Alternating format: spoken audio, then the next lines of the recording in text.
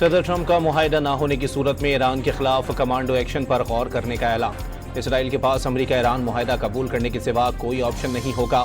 बरतानवी अखबार financial times से गुफ्तगू में ट्रंप का दो टोक पैगाम वाज़ेह किया, तमाम फैसले वो खुद करते हैं, इसराइली वजीर आज़म नेतन्याहू नहीं। ये भी कहा ईरान के हमलों का अमेरिका से मुआहदे पर कोई असर नहीं पड़ेगा।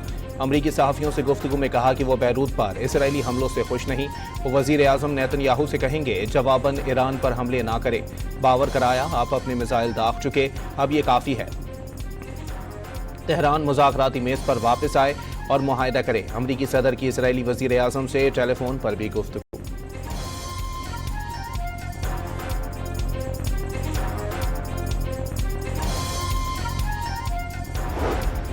बैरूत की मज़ाफ़ात में हमलों का जवाब, ईरान ने इसराइल की जानिब मिसाइल दाग दिए। मुख्तलिफ इसराइली शहरों में सायरन बज उठे। बिन गोरियोन एयरपोर्ट बंद, तमाम ईरानी मिसाइल फिजा में तबाह कर दिए गए। इसराइली फौज का दावा, जवाबी हमलों का भी ऐलान। इसराइल को ईरानी तंजीबात पर हमलों के लिए अमरीकी ग्रीन सिग्नल का इंतज़ाम।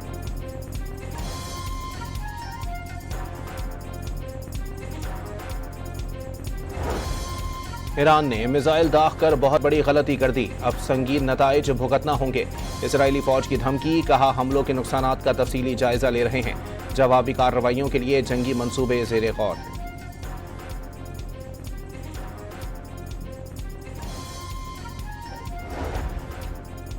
ईरानी फौज ने इसराइल को जवाबी हमलों से बाज रहने की वार्निंग दे दी। तर्जुमान खातुमुल अंबिया हेडक्वार्टर्स ने खबरदार किया, अगर इसराइल ईरानी हमलों का जवाब देता है या लबनान पर कार्रवाइयां बंद नहीं करता तो ईरानी हमले जारी रहेंगे।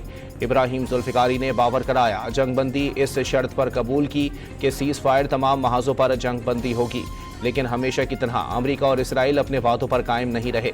लबनान में जारहत और जराइम जारी रखे, ईरानी जहाज़ों पर हमले किए।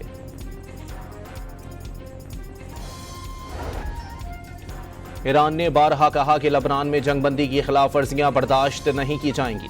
आज उनका जवाब दे दिया गया। ईरानी सुप्रीम लीडर के मुशीर मोहसिन रज़ाई का बयान, वाज़ेह कर दिया मजीद खिलाफ वर्जियों का ज्यादा शिद्दत से जवाब दिया जाएगा। खलीज फारस में जंगबंदी की खिलाफ वर्जी और फ़लस्तीन और लबनान के खिलाफ इसराइल के जराइम सबूत हैं। ये सिर्फ ताकत और कुव्वत की जबान समझते हैं। ईरानी पार्लिमानी सलामती कमीशन के सरबराह इब्राहिम अजीजी की एक्स पर पैगाम, दो टोक पैगाम दिया, मज़ाहिमत के महाज पर आपसे इसी जबान में बात की जाएगी।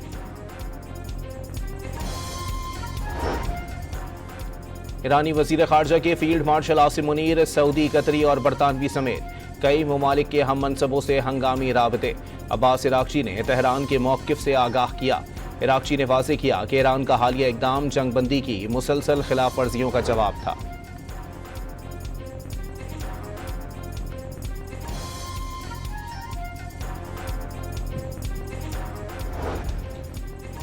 जनूबी बैरूत पर इसराइल का ड्रोन्स और मिसाइलों से हमला, 2 अफराद शहीद, बच्चों समेत 20 अफराद जख्मी हो गए। ईरान के मगरबी हिस्से की फ़िज़ाई हुदूद गैर मुय्यना मुद्दत के लिए बंद। ईरानी खबररसां इदारे तस्नीम के मुताबिक फैसला सिक्योरिटी खदशात और हाई मिलिट्री अलर्ट के बाइस किया गया।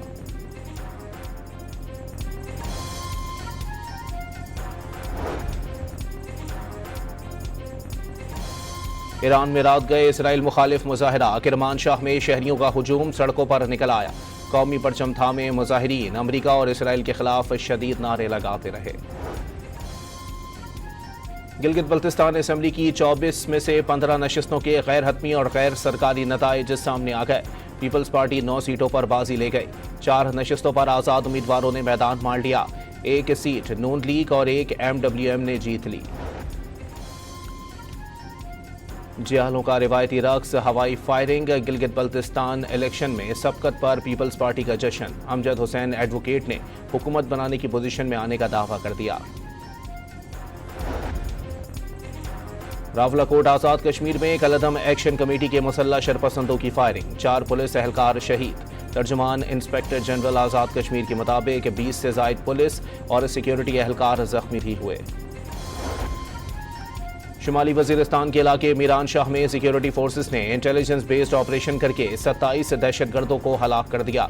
ISPR के मुताबिक सिक्योरिटी फोर्सेस ने खवारिज के मुतादिद ठिकानों को निशाना बनाया।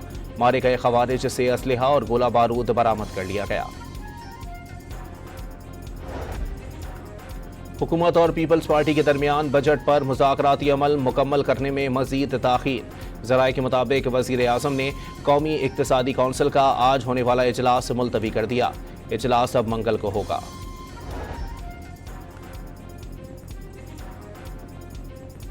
फीफा वर्ल्ड कप में शिरकत के लिए ईरानी टीम मैक्सिको पहुंच गई। मैक्सिको में ईरानी सफीर ने बताया कि इवेंट के दौरान टीम को अमेरिका में क़याम की इजाज़त नहीं मिली। ईरानी फुटबॉल टीम मैच के रोज़ अमेरिका जाएगी और उसी रोज़ वापस रवाना होगी। और 64 साल बाद Pakistan diamond jubilee football cup के फाइनल में पहुंच गया। सेमीफाइनल में अफगानिस्तान को 2-0 से शिकस्त। पाकिस्तान की तरफ से उमर नवाज और हारून हामिद ने एक-एक गोल स्कोर किया।